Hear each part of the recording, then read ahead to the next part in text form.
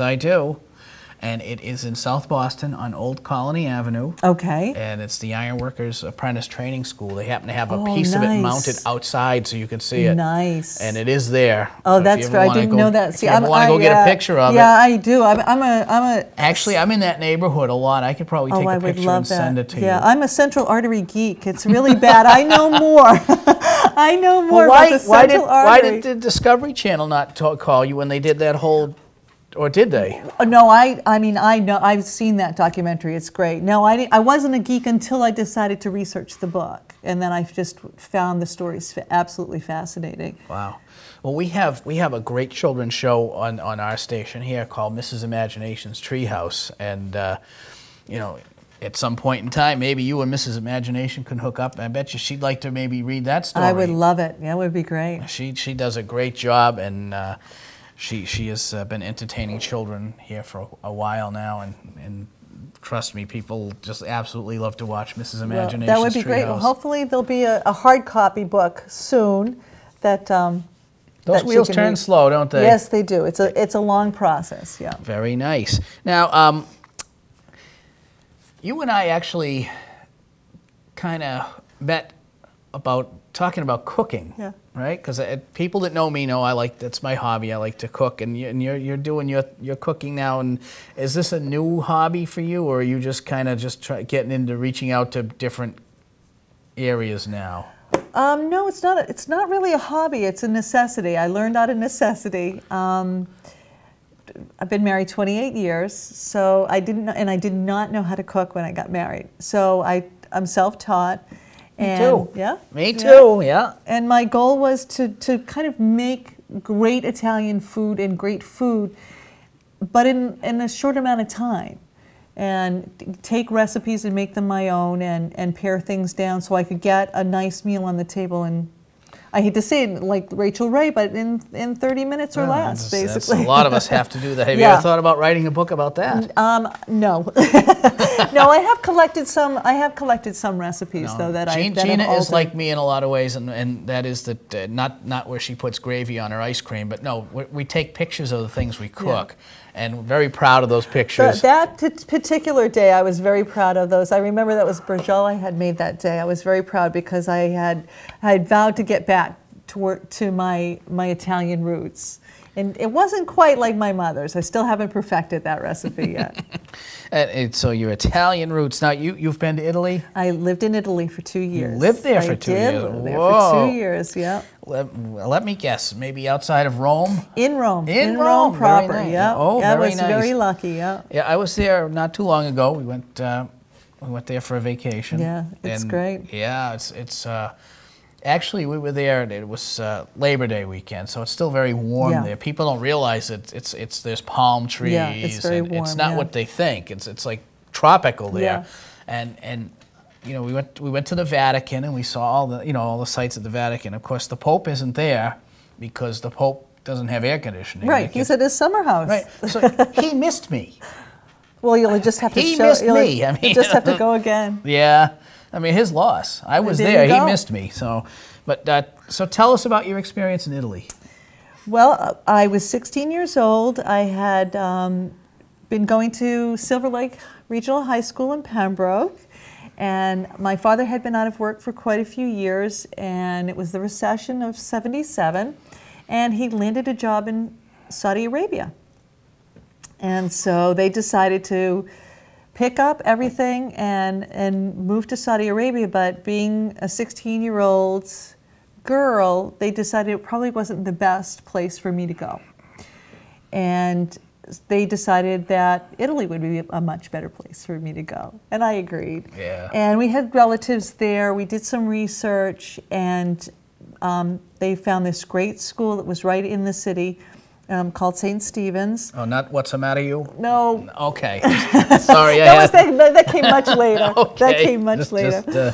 No, it's a great school because they didn't want me to go to. There were quite a few other schools in Rome, outside of Rome, but this was right in the city. They really wanted me to have an immersion experience, and I lived there for 2 years. I traveled for 2 years between Rome and Riyadh, Saudi Arabia, First time I ever got in an airplane, I was 16 and Oh. left my house and Wow. So never looked back. A world traveler. Yeah, traveled quite a bit.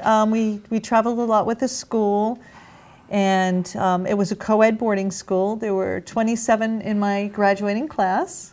There was about 127 there the year I went. Very nice. My senior year, yeah. Very I went nice. during my junior and senior year.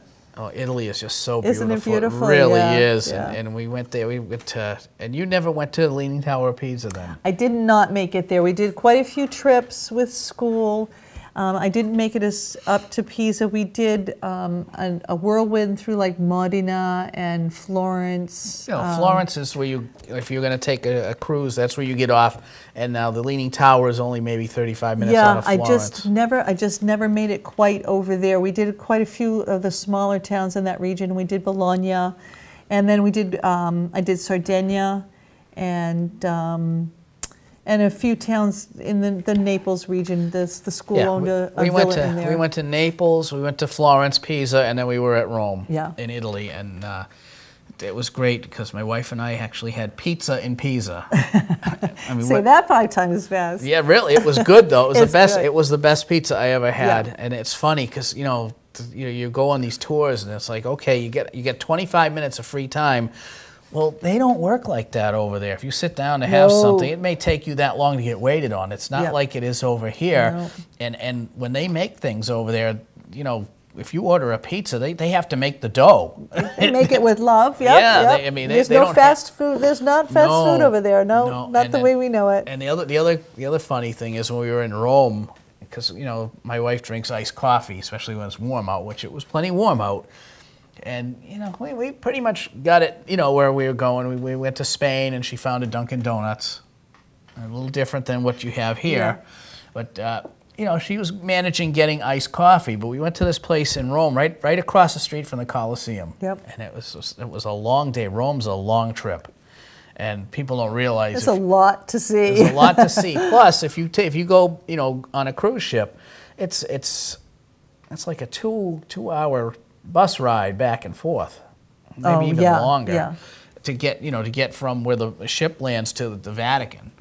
But so we're right outside, right across the street from the Colosseum. She orders iced coffee, and the guy's like, the waiter's confused, and she says, "Iced coffee." And he says, "Okay." So then he comes back, and a little bit, and he's got a glass and a cup, and he says, "A glass of ice, coffee." There you go. I knew you were going to say that. Yeah, that's exactly. Yeah. That's too funny. Yeah, my father used to love Scotch on the rocks, so that's why I always remember him going up to the bar and asking for Scotch and ice. And it's funny. You get that ice. You go over there and everything is a bar. Yeah. But it's not what you think. It's not the same meaning. And when they say bar, it's a little sidewalk cafe, but they just call it a bar. Where you go and you have your coffee and a pastry. Yeah. Right. But every one of them serves liquor, liqueurs and liquors and beer and things like that. Yeah. But it's just called a bar. And it's like if you went there, you'd say, "Gee, this is a bar every 5 feet."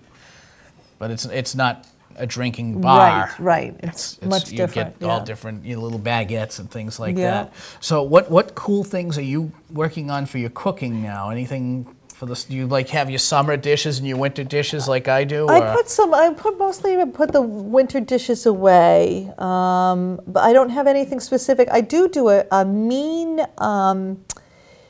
corned beef in the crock pot with a bottle of beer. Oh. And I'll let that go all day, and then I use that as a pulled pork.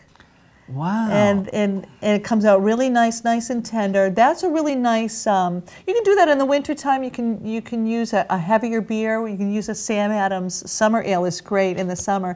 And then I take coleslaw, and I doctor up the mayonnaise and put a little Tabasco and cayenne and make that nice and spicy. I'll put that on top of the pulled pork sandwich. Oh, That's nice. a nice one, yeah. My brother called me one time, and what he did is he took a pork loin, put it in a crock pot, and just got a jar of salsa. Oh. And just poured it over it and let it cook all day, and I guess that was pretty good. That's the way I like to cook. Yeah, just let the crock pot do anything for you. So now we talked about you have 3 kids, and so tell us a little bit about them. Okay, my oldest is Tony. Antonio. He is he's 23. He'll be 24 in November. He just graduated from UMass Boston with a degree in biology. Thinks he wants to become a public school teacher. Oh, very nice. Annalisa is 20, and she's at Assumption studying psychology, and she's working at Logan for the summer because we're in Melrose, so that's a nice one. And then the 15-year-old Isabella is a handful. No, no, she's a dancer and field hockey, and we're just trying to get her through school, high school, and happy and healthy. Oh, very nice. Yeah, 15's tough. Yeah. It is. Yeah. I went, and people ask me, because and it's just at 15 years old, especially girls. And I don't have boys, so I guess I can't compare. But at 15-year-old girls, they have to be on the go all the time. And they're not old enough to get there by themselves. And now we have a hamburger place in Mansfield that, and we want to go, like a fast food hamburger place. We have that here. And, we want to go to that place. We want to go to that place. All, it's always the gang of them. Right? Okay, I'll take you. No. We want to go to the one in North Attleboro. Now I don't know if that's because they don't want anybody there to see them being dropped off by their parents. Oh yeah, that's the other thing. Yeah. Or they just want to go to strange turf, or whatever it is. Yeah. But it's like same thing. We have a great big mall down in North Attleboro at the time. We had to go all the way to the one in Taunton. Yeah. And it's like, and there's like 4 or 5 of them, and it's like, and all the parents took turns driving, but it just never seemed like it. Yeah. I had 9 of them over at the house last night, but I'd rather it that way. I'd rather be giving them a ride and know where they're going. Yeah. And so I'm working part-time now, so I can be home and yeah, it's a tough be a good age. mom, Once they get their driver's license, it's a little better, and even before that, but right at 15, it just seems to be the tipping point where you just want to go. Well, she's not into sports the way my middle one was. Annalisa was in tournament softball. Okay. Throughout the North Shore. So when she was 15, that was extremely rough because we were driving. I was driving constantly between. We did the equestrian shuffle, so I know. Yeah. We were all over the place, New York, and they went to Vermont and Connecticut. It was all these big horse shows, and it was always. You got to do what you got to do, though, right? Oh yeah, but it's like the one of the instructors said, it's not like field hockey when you're 60 years old. You have no use for that anymore. You can still ride a horse. Yeah, that's true. And it's excellent. So, is there anything in particular that you would like to discuss that you want to bring up, or? No, just about look for the book. Hopefully, within the year, it'll be published. Boston's Other Green Monsters. That's my puppy right now. I'm working on a couple of screenplays. Really? Yeah, a couple of television pilots that we're keeping my fingers crossed for, and possibly a manuscript about my time in Italy too. Wow! Well, you can do one about your time in my kitchen. There you go. What will it be called? I don't know. Empty Space. I don't know.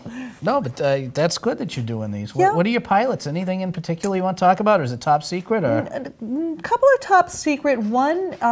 We won't say a word. Don't tell anybody. No, actually, one surprisingly enough. Nobody watches this show. It's all right. You're one fan. No. Surprise. That's. Oh, you didn't hear what happened. My fan club broke up last week. The guy died. But anyways. I knew that there was a punchline. Yes, there's always a punchline. No, surprisingly enough, one of the pilots is about a traffic reporter in Boston.